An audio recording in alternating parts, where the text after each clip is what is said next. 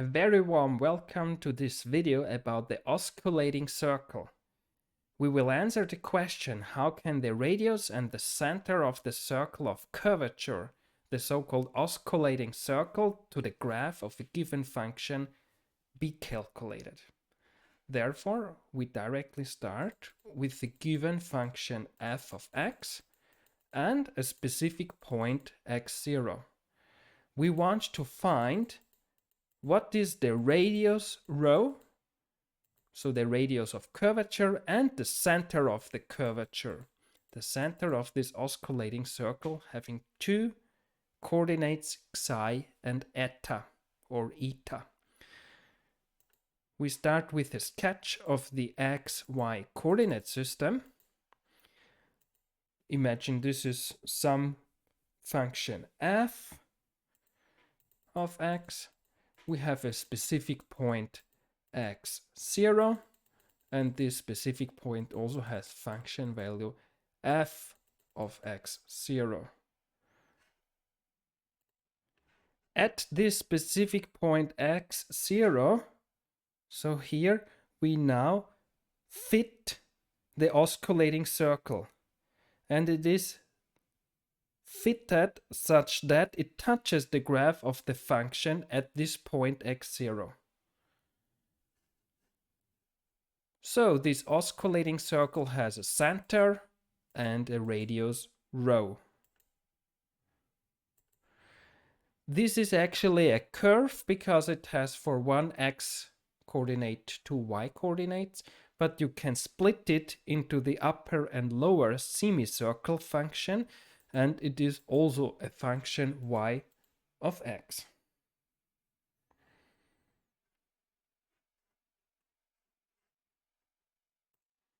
So we write down the circle equation: x minus psi squared plus y minus eta squared is equal rho squared. So the famous classical circle equation shifted by psi and eta to this center C. All xy values you plug in here satisfy this circle, satisfying the circle equation. They lie on this circle.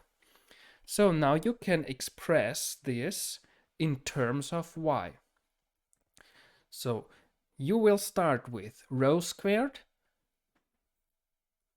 minus x minus psi squared.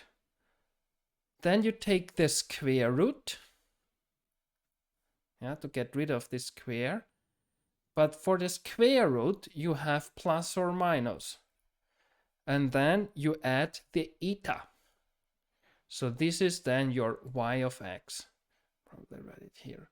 Y of x is equal eta. Plus minus, with the plus the upper semicircle function, and with the minus the lower semicircle function. However, we do not need this function here, this function expression. We want to continue directly working with the circle equation and differentiate it twice.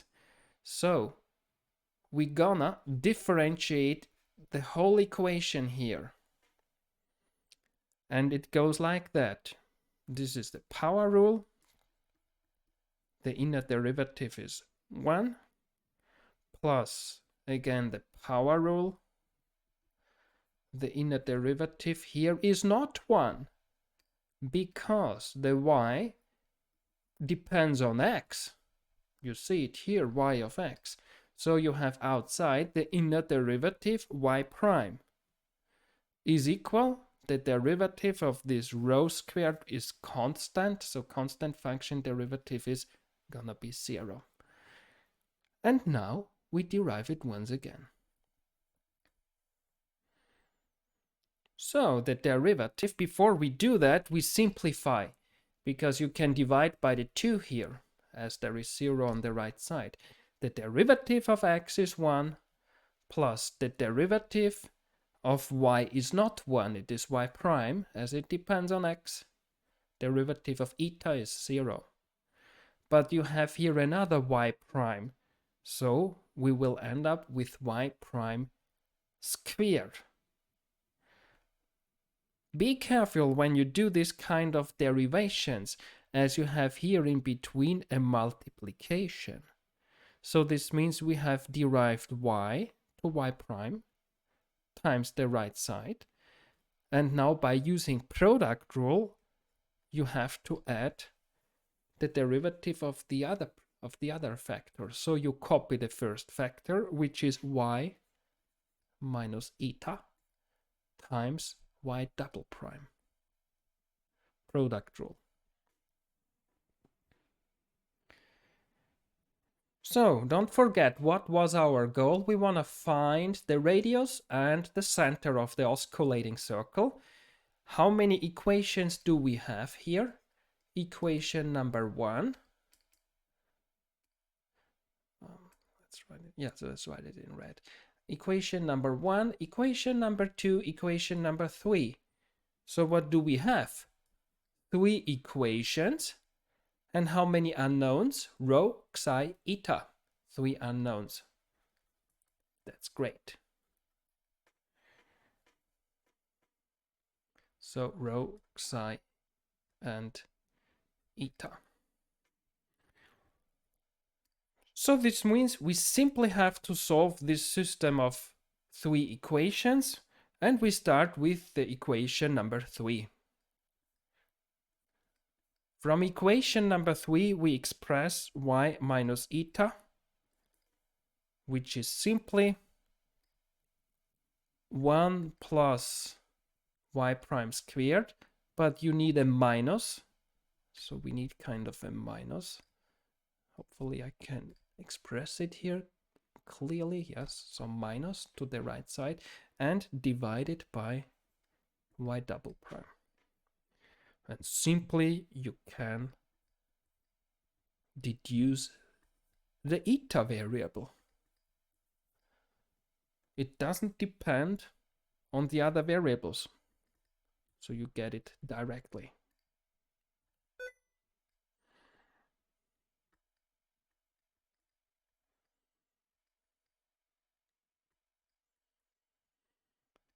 Okay.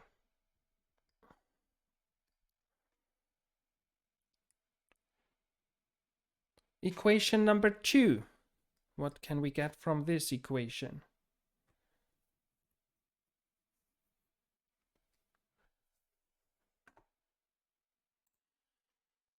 We also express here, if you look to equation number 2, we express x minus psi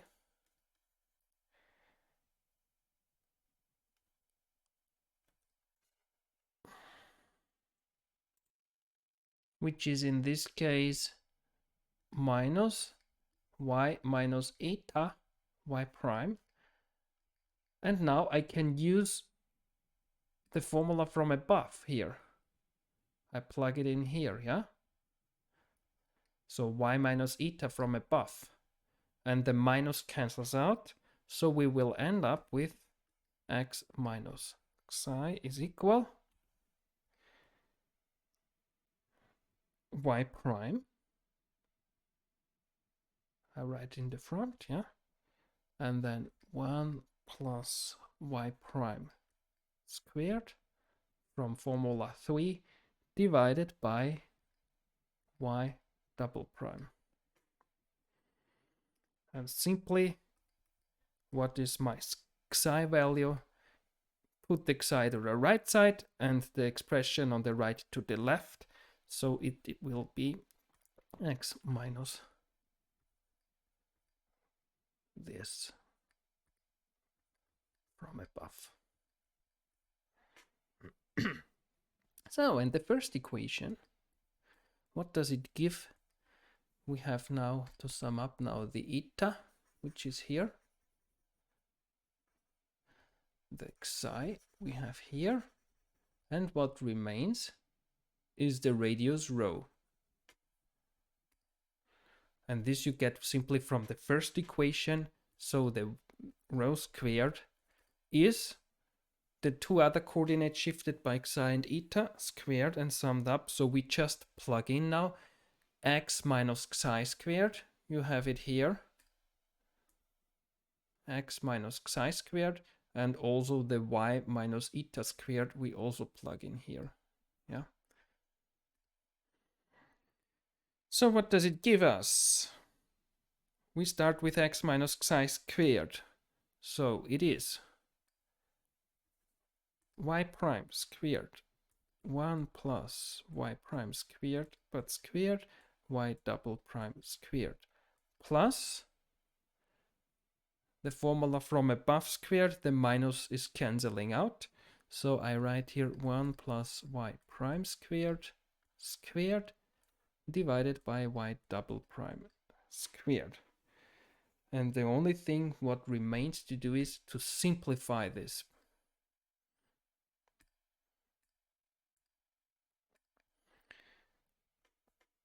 So we pull out the common factor.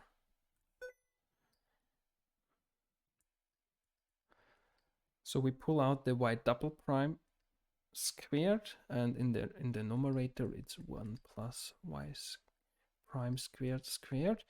What remains inside is y prime squared plus, here it's just 1 on the right side.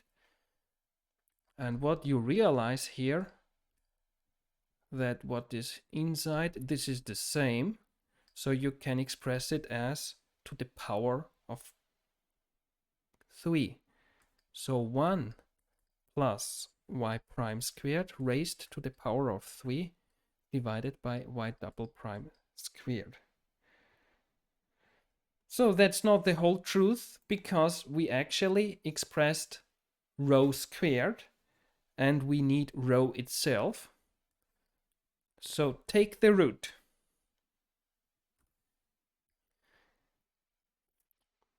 Okay, we have to look very closely here. What you can see here inside 1 plus y prime squared is always larger or equal 1, so always positive. And something positive cubed is also positive, so you can simply take the root, the square root. So we have 1 plus y prime squared power raised to the power of 3 divided by 2 as we take the square root. But in the denominator here, it's a bit more tricky, because y double prime can be negative. The curvature can be negative. If you square it, it's positive. And if you take the root, it's still a positive number. So don't forget that you have to put here absolute values. So we have y double prime, but with absolute values. Yeah. So remember, probably write it here, recall that the square root of a number x squared outside, or inside first squared, yeah, let's do it like that, sorry. So x squared, and then you take the root, it's the absolute value of x. What I actually forgot to tell you from the beginning on is, why do we do that with these 3 equations that we get the rho, xi, and eta? What does this mean? So first, the first equation, what does it mean actually? We say that y of x0 should be the same as f of x0. So this means this y of x0 is the same as f of x0. We fit it here. What is the second equation? We want that the circle should fit snugly, so very smoothly, which means the first derivative of x0 should be the same as the derivative, so the slope of the function. Otherwise it's not snugly, so the tangents here are the same. And the third equation is related to that the curvature of the circle, of the osculating circle, and the function itself are the same. So this is the reason why we derive the osculating circle. We say how the derivatives should fit and also the second derivatives. This actually was the original idea. So the final task here is, instead of y, we write here f, yeah, because y of x is the same as f of x. We don't know what is y, the osculating circle, but we can use f here. Instead of y prime, we can use f prime. Instead of y double prime, we can use f double prime. So this is the remaining step. And also instead of x, we need to plug in x0 here. So I need more space, so I wrote these three equations. I shifted it over here, and now we can write down the final formulas very quickly. So rho depends now also on x0, which is, we copy it from here, yeah? Don't forget y is f and so on. So we have here 1 plus f prime of x0 power 3/2 and the absolute value of f double prime of x0.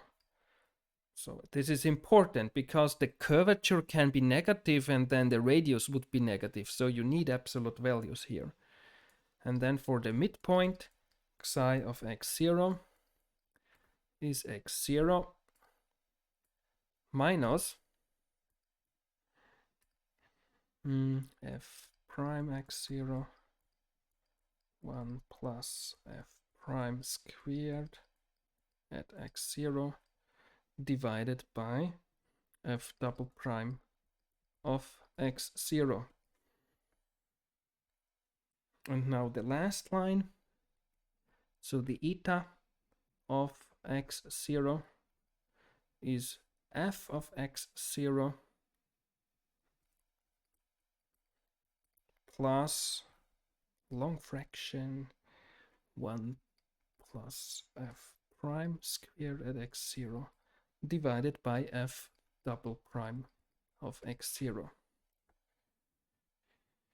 Okay, which kind of tasks can you solve with these three calculated rho, psi, and eta? For example, you can answer, does the osculating circle have the smallest radius for what? For what x? For what x does the osculating circle have the smallest radius? And where is it? Or what else can you answer? Where is the biggest radius, rho? And you can imagine you are driving your car along the function f.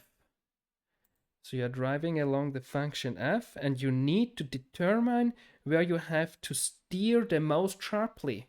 So this means you minimize the radius rho to get this position. That's all about the osculating circle. It's a lot of work. Thank you very much for your attention and see you next time.